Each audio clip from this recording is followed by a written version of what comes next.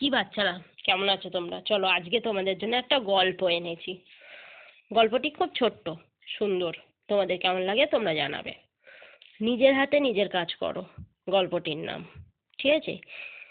Karmatar rail station. একটি train এসে দাঁড়ালো। ট্রেন থেকে এক বাঙালি ডাক্তারবাবু নামলেন। হাতে একটি ব্যাগ। ব্যাগটি ছোট, কিন্তু মানুষটি যে বড় সম্মানের।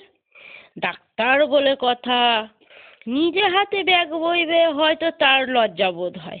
তাই তিনি কুলি কুলি বলে চিৎকার শুরু করে দিলেন। সঙ্গে সঙ্গেই এক কুলি এসে হাজির। কুলি ডাক্তারবাবুর ব্যাগ মাথায় তুলে নিয়ে স্টেশনের বাইরে অপেক্ষারত পালকিতে তুলে দিয়ে এলেন।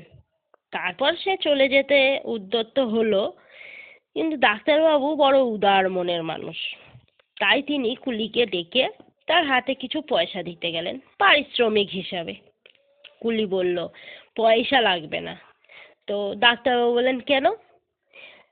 তখন কুলি বলল, আপনি যে ব্যাগটি নিয়ে বিপদে পড়েছিলেন, তাই একটু সাহায্য করলাম মাত্র। আমার নাম ঈশ্বরচন্দ্র শর্মা। নাম শুনে ডাক্তারবাবু চমকে উঠলেন। তিনি অত্যন্ত লজ্জিত হয়ে বললেন, আমাকে ক্ষমা করবেন, আপনাকে আমি চিনতে পারিনি।